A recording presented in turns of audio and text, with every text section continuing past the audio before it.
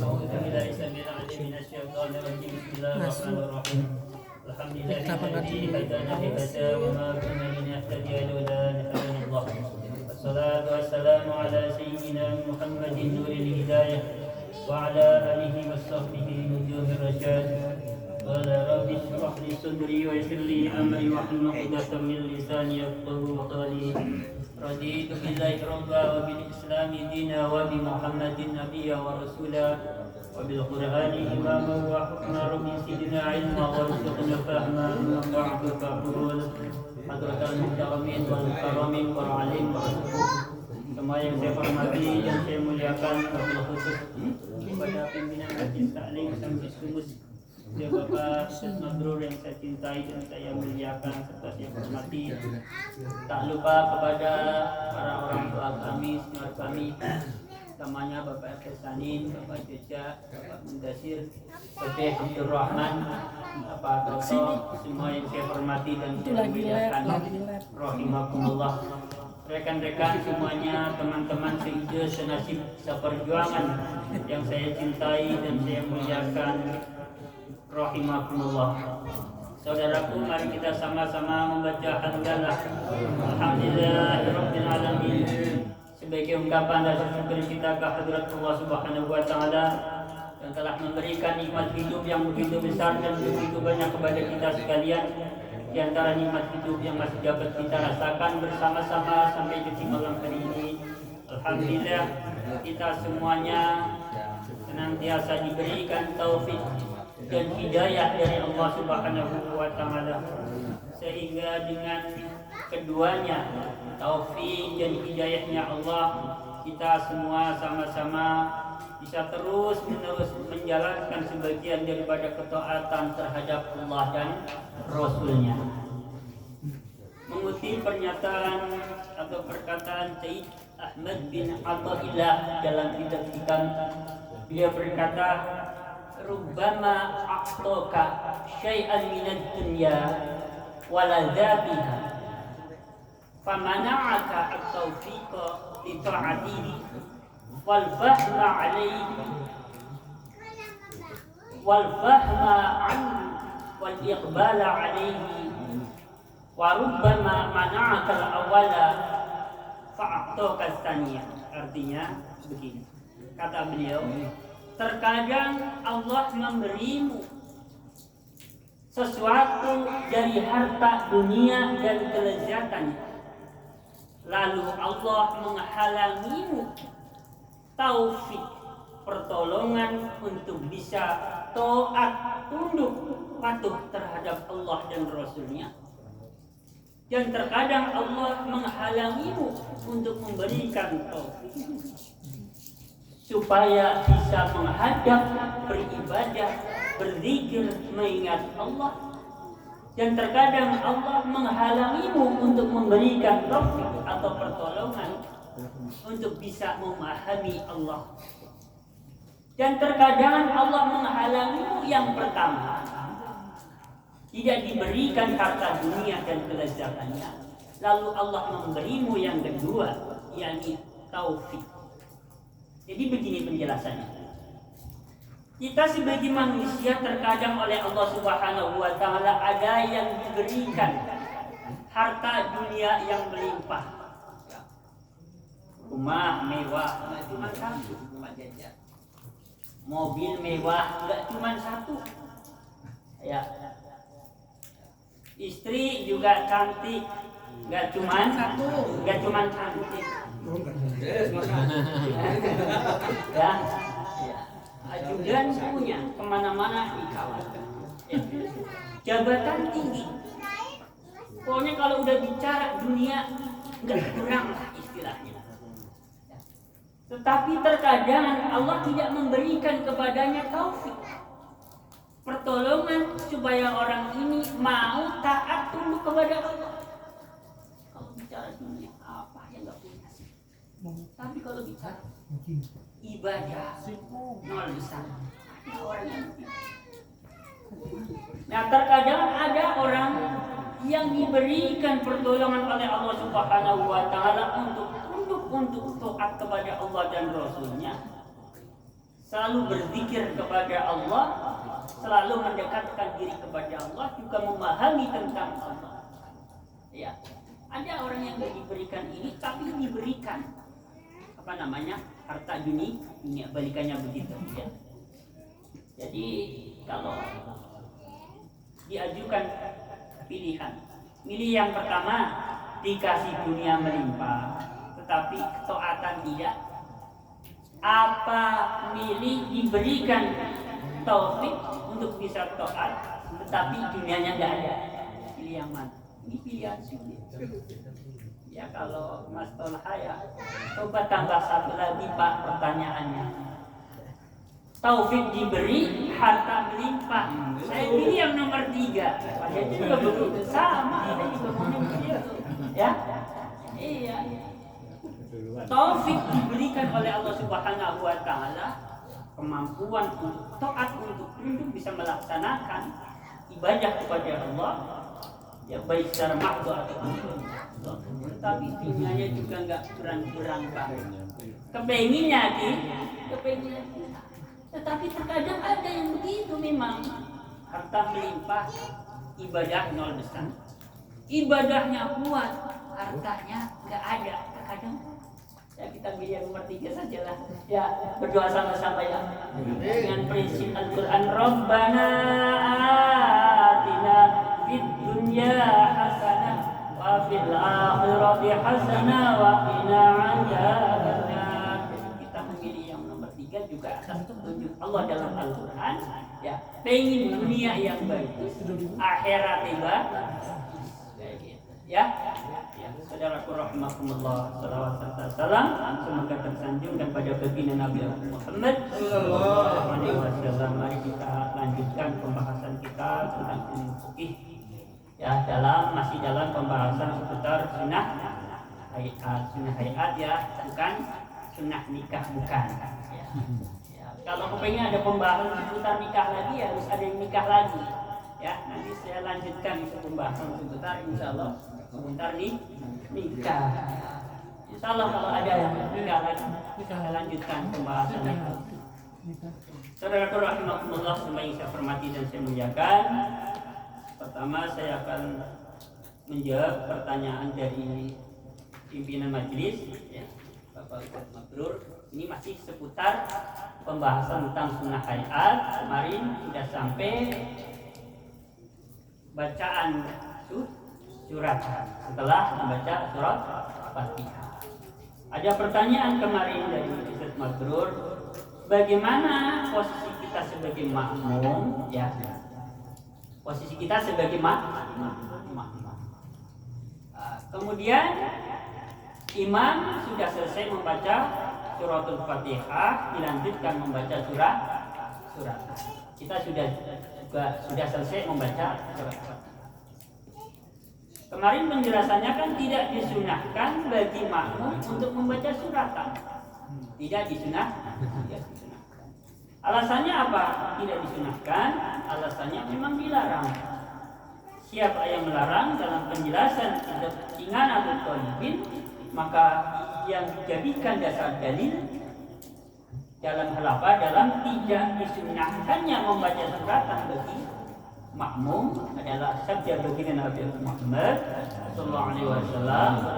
Beliau bersabda, "Idza kuntum khalfi fala taqra'u illa bi ummil Qur'an." Sabda Nabi, ketika kalian berada di belakangku, artinya makmum kepada Nabi, maka kata Nabi, janganlah kalian membaca selain Al-Quran. Jadi yang diperbolehkan oleh Nabi bagi makmum adalah suratul Fatihah. Selain daripada suratul Fatihah, jangan. Kemudian berdasarkan firman Allah juga, wa idza quri'al Qur'an fastami'u lahu, dan apabila Al-Quran dibaca maka hendaklah mendengarkan.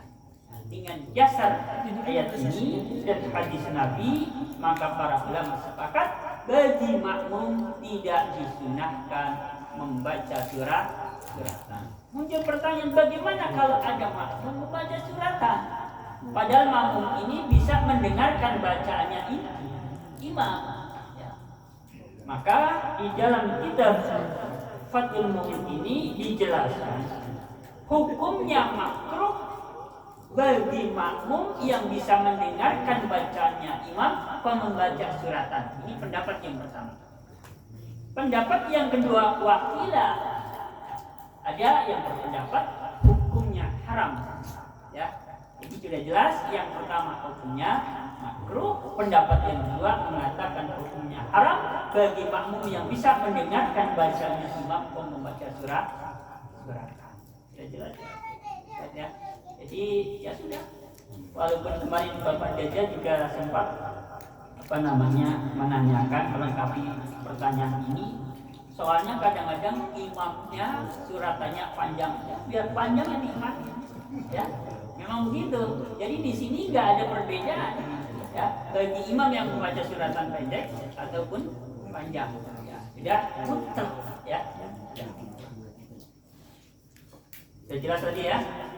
Makruh ataupun haram. Tapi bagi makmum yang tidak bisa mendengarkan bacaan imam, maka di sini dikatakan justru disunahkan. Ya. Bagi siapa? Bagi makmum yang tidak mendengar bacanya imam, mungkin karena jauh atau mungkin karena bising banget. Gitu. Dengar tapi nggak jelas hurufnya, nggak jelas. Surat apa ya? Dengar tapi kok nggak jelas surat apa. Bunyinya apa ya, ini kita masih tetap disunahkan membaca suratan. Lanjut, ini masih seputar suratan juga. Ini pertanyaan dari saudara kita Mas Tulhal. Saya tidak menjawab secara langsung, tetapi saya bacakan dulu di sini penjelasan di dalam kitab namanya Al-Azkar. Kitab Al-Azkar ini karya Imam Nawawi Damaskus, sama penyusunnya dengan Riyadhus Shalihin. Jadi saya ada dua kitab, Riyadhus Shalihin dan Al-Azkar yang karya Imam Nawawi Damaskus. Di sini dijelaskan Bismillahirrahmanirrahim. Bismillahirrahmanirrahim, saya baca dulu ya.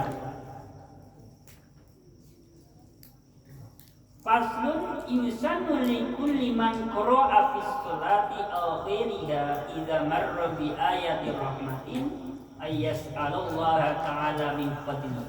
Jadi pasal ini menjelaskan disunahkan bagi tiap orang yang membaca di dalam sholat ataupun di luar sholat. Jelas ya? Di dalam sholat ataupun di luar sholat, sedang sholat atau sedang tidak sholat. Ketika apa? Ketika membaca ayat-ayat yang ayat ini memuat tentang rahmat Allah. Ya. Dalam ayat ini ada kalimat-kalimat yang memuat tentang rahmat Allah, maka kita disunahkan memohon, berdoa untuk meminta karunia Allah Subhanahu wa taala. Itu yang pertama. Jadi artinya dalam sholat kita ada kesunahan untuk berdoa juga, ya. Yang penting kita paham posisinya di mana, posisinya di mana.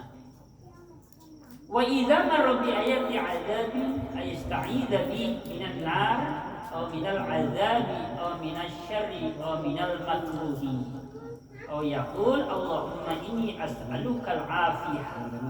Jadi ketika seseorang sedang membaca ayat yang ayat itu menjelaskan tentang siksa, maka disunahkan untuk minta perlindungan.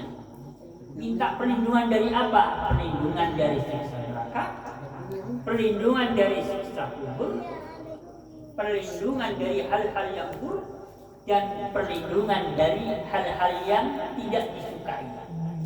Ini berlaku di dalam sholat ataupun di luar sholat, disunahkan. Contoh bacaannya seperti apa? Allahumma inni as'alukal afiyah. Ya Allah, ya Tuhanku, aku memohon kepadamu keselamatan atau kesejahteraan. Ini yang simpelnya, ya, simpelnya. Jadi ketika imam yang membaca suratan-suratan yang isinya tentang siksa, misalkan ini kita disunahkan membaca ini yang simpel, ya. Terus lanjutkan. Bismillahirrahmanirrahim. Wa idza marra bi ayati tanzihi lillahi subhanahu wa ta'ala nazzahahu faqala subhanallah wa ta'ala aw tabarakallahu rabbal alamin. Ketika seseorang membaca ayat tanzih contohnya seperti apa? Contohnya misalkan seperti Sabbi isma rabbikal a'la, ini namanya ayat tanzih. Jadi ayat-ayat yang di dalamnya memuat tentang mensucikan Allah. Ada kalimat subhanallah umpamanya atau Sabbi isma rabbikal a'la, ini kan maknanya mensucikan Allah. Kita disunahkan apa? Disunahkan untuk membaca subhanahu wa ta'ala atau membaca tabarakallah rabbal alamin. Jelas ya? Itu berlaku di dalam dan di luar sholat. Saya lanjutkan. Bismillahirrahmanirrahim. Yustahabu hadha tasbih was su'al wa ista'adzatu lil qari'i fi sholati wa akhirihha walil imami wal ma'mumi wal munfaridi li'annahu du'a'un. Jadi tasbih doa ya tadi meminta karunia Allah dan mohon perlindungan kepada Allah, ini dianjurkan atau disukai atau disunahkan bagi siapa? Bagi yang membacanya di dalam sholat ataupun di luar sholat, bagi imam dan bagi makmum, serta bagi orang yang sholat sendirian. Lanjut. Jadi kesunahannya seperti kesunahannya membaca kalimat amin setelah membaca suratul Fatihah. Berlaku bagi imam, berlaku bagi makmum, berlaku bagi orang yang sholat sendirian, baik di dalam ataupun di luar sholat. Bacaan amin sama-sama disunahkan. Dilanjutkan. Wa istahabbu li kulli man qara'a alisallahu bi ahkamil hakimin ayakula bala wa ana ala zalika minasyaitin. Jadi disunahkan bagi tiap-tiap orang yang membaca ayat alisallahu bi ahkamil hakimin. Ayat apa? Surat apa? Di akhiran surat. Bismillahirrahmanirrahim. Misalkan imamnya membaca surat At-Tin. Bismillahirrahmanirrahim. Imam ya baca di sini. Wat-tini waz-zituni wa turi sinin wa hadzal baladil amin. Laqad khalaqnal insana fi ahsani taqwim. Thumma radadnahu asfala safilina illa alladhina amanu. Jadi saya kalau berhenti di illa alladhina amanu, ya ikutin ke guru saya dulu. Jangan berhentinya di illa. Sama ketika membaca surat wal asri. Wal asri innal insana lafi khusrin illa, jangan kata terusnya. Tapi berhentinya kalau mau berhenti wal asri innal insana lafi khusrin illa alladzina amanu. Kalau mau berhenti ulanginya illa alladzina amanu wa amilus salihati falahum ajrun khairu mamnun. Lanjutkan wasin ya. إلى الذين آمنوا وعملوا الصالحات فلهم أجر غير ممنون فما يكذبك بعد بالدين أليس الله بأحكم الحاكمين. Bacanya apa? Wa ana ala dzalika minasyahidin. Boleh tidak justru disunahkan. Bagi siapa? Bagi yang membaca dan bagi yang mendengar di dalam ataupun di luar sholat. Terus ketika seseorang membaca surat Sabbihisma rabbikal a'la atau dengan kata lain disebutnya surat Al-A'la, ini juga disunahkan membaca apa? Membaca subhana rabbiyal a'la. Jadi ketika imam membaca Sabbihisma rabbiyal a'la, kita makmumnya disunahkan membaca subhana rabbiyal a'la. di luar ataupun di dalam salat, bagi yang baca dan yang mendengarkan. Nah, pertanyaan setelah kemarin kan, bagaimana ketika di akhiran surat Sabi bunyinya kan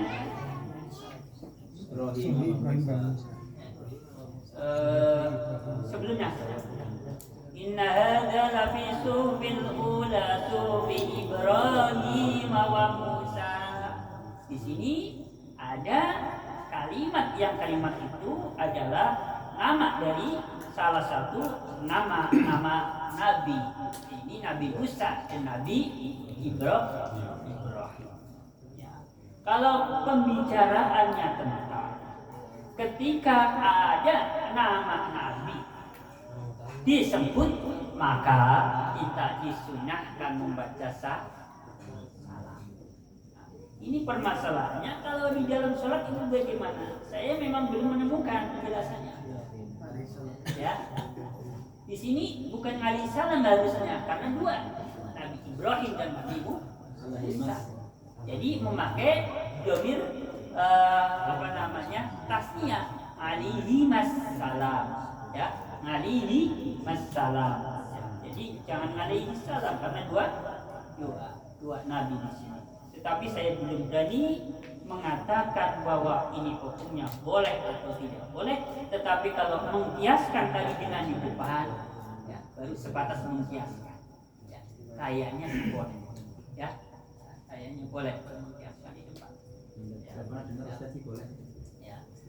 Ya. Jadi saya ini berdasarkan apa istilahnya penjelasan yang bisa dipertanggungjawabkan. Jadi apabila saya belum menemukan penjelasannya, ya saya belum berani. Ya. Tapi kalau tadi secara mengkiaskan, ya mestinya kalau secara mengkiaskan itu boleh. Jadi la ala suwab ya boleh sih. Ya. Kalau tadi kiasnya kan banyak. Ya. Tapi belum menemukan penjelasan yang detailnya langsung arahnya ke situ kayak gitu. Ya. Tapi saya telah membaca kitab-kitab lain. Ya kalau toh mau membacanya diniati, jangan diniati sebagai menjawab, tapi diniatannya sebagai qiraah dan zikir. Ya, itu aman. Jadi jangan diniati menjawab bacanya imam, tapi niatannya sebagai qiraah plus di hidayah atau ayat. Ya Allah ala suwab, Allah menawar. Satu saat ada keterangannya yang lebih detail, langsung bunyinya seperti itu, insya Allah saya ingat, saya sampaikan. Sementara ini masih mau berhenti sampai situ ya. Yang lain-lain tadi sudah jelas ya. Bismillahirrahmanirrahim. Mari kita lanjutkan pembahasan kita pada sunnah hayat berikutnya. Sunnah hayat berikutnya kemarin kan sudah 12 ya. Sudah 12 kemarin ya? Sudah 12. Apa 11 kemarin? Sudah 11 ya? Sudah 11. Kemarin kan membaca tasbih ketika ruku ataupun sujud ya. Disunahkan membaca tasbih. Itu hukumnya sunnahnya sunnah hayat. Jadi apabila ada orang ketika ruku ataupun sujud kok tidak membaca tasbih, sholatnya sah tidak? Sholatnya sah. Sengaja ataupun tidak sengaja? Karena belum hafal atau memang hafal tapi memang lupa atau sengaja? Sah. Ya, itu bukan bagian daripada rukun sholat. Sunnah hayat. Tapi yang mau banget dari kecil diajarkan Subhana Rabbiyal Azimi wa bihamdi. Masa udah dewasa dihilangin, sayang banget. Enggak jadi info yang bermanfaat ya. Saya hampir setiap hari. Nah, gimana? Jadi kita kayak nggak usul gitu. Kalau kayak ngebut gitu. Iya. Kita nggak kemana hanya tidak langsung terjun gitu. Iya. Saya kalau sholat Johor udah masuk saya sholat Johor. Imamin beliau. Kadang-kadang ada gimana? Karena langsung ngebut. Makanya kan penjelasan sebelumnya kita sebenarnya ini sudah memiliki pengetahuan berkaitan dengan sholat, tetapi saya sendiri yang dirasakan sabarnya yang belum ada. Ilmu sudah ada, kalau saya sabarnya yang belum. Makanya itu bawaannya Allah bawaannya kayak gitu, ya. Maksudnya kita belum baru juga bangun udah ketinggalan aja. Ya. Satu kali kan mungkin tadi itu yang Oh itu, mungkin itu pas terawih atau bukan? bukan sholat zuhur Sholat biasa. Kalau imamnya dia Tapi yang jelas lah ya, kalau masalah tadi, kalau seandainya toh tidak membaca atau membaca cuma sekali umpamanya, kalau sah kurang gimana gitu ya. cuman tidak dapat sunnahnya saja.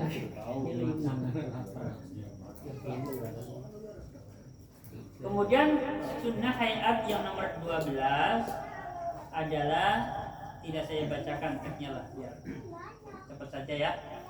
Meletakkan dua tangan di atas paha saat duduk untuk tasyahud awal dan saat duduk untuk tasyahud akhir. Ya. Caranya saya praktekkan langsung Mas. Ini kan tadi meletakkan tangan Mas Tarno.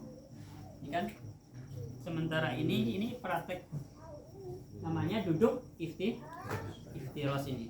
Ini duduk iftiros ya. Semua sudah paham. Kalau begini namanya duduk tawarruk. Ini berlaku untuk tahiyat akhir. Kalau duduk iftiros ini, maaf, ini berlaku untuk tasyahud awal. Berlaku untuk duduk di antara dua sujud. Dan juga berlaku untuk duduk istirahat. Juga sama, duduknya seperti ini ya. Tadi sunnah hayat yang nomor 12 adalah meletakkan dua tangan di atas paha. Jadi prakteknya tepatnya ujung-ujung jari kita ini kan di atas paha ya, lurus dengan lutut kita kayak gini. Ujung lutut jari. Nah, kalau yang tangan kiri ini dibentangkan atau digarakan lah bahasa Jawanya, digarakan. Tetapi jangan sampai terlalu megar kayak gini. Jangan. Alasannya apa? Jangan terlalu megar supaya jari-jari kita ini menghadap kiblat. Ya, supaya menghadap kiblat. Ya, jadi jari-jari kita ini mepet, ketemu, tapi jangan gegem. Yang kiri ya, yang kiri. Megar, tapi jangan terlalu megar. Merapat, tujuannya supaya jari-jari kita menghadap kiblat. Ini yang kiri ya, yang kiri lurus kayak gini. Untuk yang tangan kanan, ini posisinya menggenggam, gegem ya, kecuali jari telunjuk. Mungkin ada pertanyaan, itu genggamnya dari awal apa pas asyhadu an la ilaha illallah? Jadi tadi saya membacanya dalam kitab Bajuri ya. Awalan mansyuratan ya, fayaduha. Awalan mansyuratan ya, fayadumuha. Jadi pertama-tamanya megar, lalu diletakkan. Jadi dari pertama kita mau duduk udah megar dulu, udah megar ya. Dari kita misalkan dari sujud mau duduk udah megar posisinya ya. Udah megar, memang dari awal udah megar lalu diletakkan di sini ya. Jelas ya. Terus kemudian menggenggam, jelas ya. Jadi pertama kali ya kayak gini dulu. Nanti menggenggamnya kapan tepatnya? Menggenggamnya saat apa? Saat jari telunjuk kita isyarat, tepatnya ketika kita baca asyhadu an la ilaha illallah ya, asyhadu an la ilaha illallah. Pas saat itu baru genggam. Jelas ya. Jadi pertama duduk yang langsung kayak gini. Enggak pertama duduk kayak gini, enggak ya, jelas ya. Jadi ini untuk lebih detailnya. Kalau nggak saya jelasin, mungkin kan tadi ada pertanyaan, itu genggamnya langsung dari awal begitu duduk langsung kayak gini, atau nanti kan kayak gitu, pasti menyisakan pertanyaan, nggak langsung awalan. Jadi pertama udah megang. Nah, jadi genggamnya nanti, ya, genggamnya nanti kita pas isyarat. Ya, dulu Mas.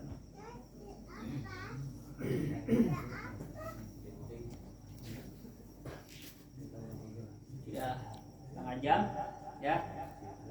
Waktu saya kembalikan untuk teman-teman, silakan monggo kalau ada yang mau diperjelas ya, saya kasih waktu.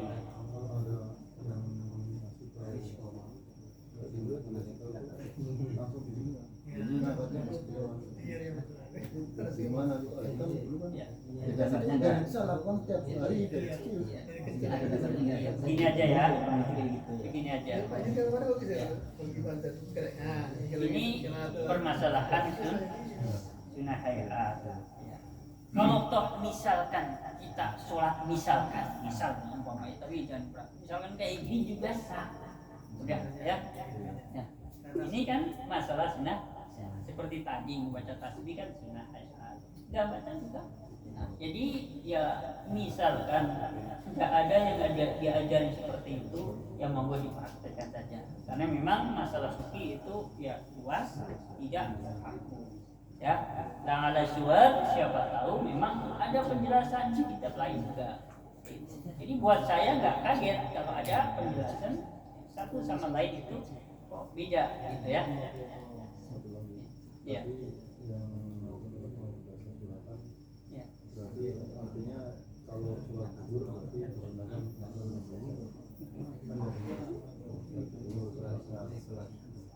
Oh ya. Begini, tadi kan ya. Tadi kan penjelasannya bagi makmum yang bisa mendengarkan bacaannya imam maka tidak disunahkan membaca suratan. Tapi ada kelanjutannya. Bagi makmum yang tidak bisa mendengarkan bacaannya imam, baik itu karena jauh ataupun memang karena terlalu berisik, itu disunahkan membaca suratan. Termasuk itu masuk ke situ. Pada bacaan sir kan otomatis makmum tidak mendengar bacaannya imam. Jelas ya. Jadi kaidahnya atau angger-anggernya patokannya pokoknya yang penting kita bisa mendengarkan bacaannya imam dengan jelas, maka jangan membaca suratan. Tapi kalau kita tidak bisa mendengarkan bacaan imam secara jelas, maka tetap dianjurkan membacanya. Ada lagi nggak? Silakan. Kakinya kalau lagi itu atahiyat itu nggak maksa itu gimana? Jadi posisinya itu di lari kayak gini loh, bukannya di kayak kenapa? Padahal kayaknya kalau lari di sini bisa. Ini ada orang itu kalau bisa semua jari-jari lima itu semua mancal supaya menghadap. Kalau tidak bisa minimal apa namanya? Jempol. Tapi hal-hal yang semacam itu tidak boleh dipaksakan apabila mendatangkan rasa sakit. Jelas ya? Jangan. Ya. Kalau memang mendatangkan rasa sakit. Ya. Jadi artinya nggak kayak gitu juga sah. Cuman ini lagi bicara kesempurnaan untuk kesunahan. Jelas ya. Jadi apabila kita melihat menemukan orang-orang yang sholatnya kok tidak seperti yang kita pelajari, ya sah. Orang ada kalanya memang ya tidak paham, ada kalanya memang keadaan fisik ya yang nggak mendukung, mengalami kesulitan, kerepotan, sakit atau apa kayak gitu. Kadang-kadang ada yang kayak gini duduknya kalah kayak gini. Memang bisanya. Ya. Jangan dipaksa seperti kita. Tidak boleh memaksakan sampai menimbulkan rasa sakit dalam begitu. Ya. Termasuk kayak misalkan genggam atau megar pun sejatuhnya. Ada orang misalkan mingkupnya kayak gini misalkan. Ini udah kata dia ini udah mingkup ini. Ya jangan dipaksakan seperti kita. Justru nggak boleh kalau misalkan dipaksa. Oh begini, dia nggak bisa. Kayak gini kata dia itu udah pas. Nah, itu artinya apa namanya? Tidak itu sesuai dengan keadaan fisik orang.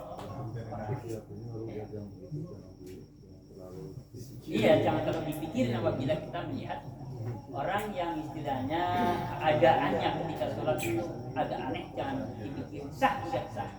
Karena itu yang pertama sunnah hayat, yang keduanya juga memang tidak boleh dipaksakan. Ya jadi imam itu ya karena dilihat itu ya enggak dengan cara mansalnya itu.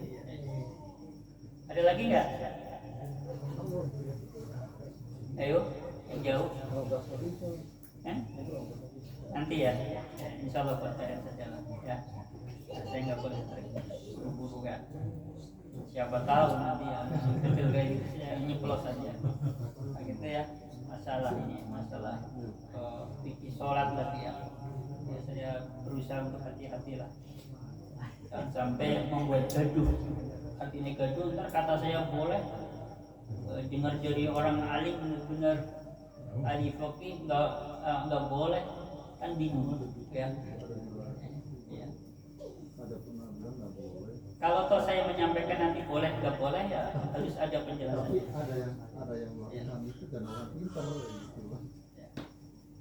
Apalagi itu nanti berkaitan dengan masalah mazhab ya. Bisa jadi dalam mazhab ini boleh, dalam mazhab lain nggak boleh. Nah, ada lagi masalah biasanya. Nggak apa-apa. Al ilmu khazainu apa tiga ada ilmu bagikan gedung kuncinya adalah peta. Justru dari pertanyaan itu saya jadi giat belajar membaca. Cari mana ya? Kalau enggak saya agak adem. Yang baca tapi agak adem. Ya, namanya kayak enggak kurang termotivasi juga. Standar bacanya. Gak apa-apa. Kita niat. Jadi saya bukan nantangin ya, bukan nantangin. Tapi saya niatkan supaya sama-sama kita lebih giat lagi. Ada nggak? Enggak ya sudah. Tidak ya. Ini barangkali yang bisa saya sampaikan pada pertemuan kali ini. Semoga bermanfaat buat saya, buat kita semuanya, dan dicatat oleh para malaikat-malaikat Allah dari amal orang muda. Belajar harapan saya, harapan kita semuanya. Jangan sampai kita meninggal dalam keadaan terus belajar. Artinya meninggal dalam keadaan udah nggak mau ngaji, ya. Ya, kemarin Ustaz Muhammad Nur cerita katanya salah satu jamaahnya ditinggal ya, tapi nggak tahu kapan itu.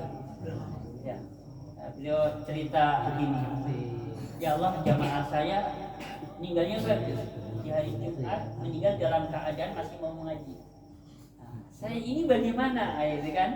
Ya saya ini bagaimana? Ya harapan kita semua ya meninggal dalam keadaan masih mau mengaji. Jangan sampai meninggal dalam keadaan sudah putus belajar. Ya, itu harapan kita. Akhirul qawli bila taufiq wa hidayah. Assalamualaikum warahmatullahi wabarakatuh.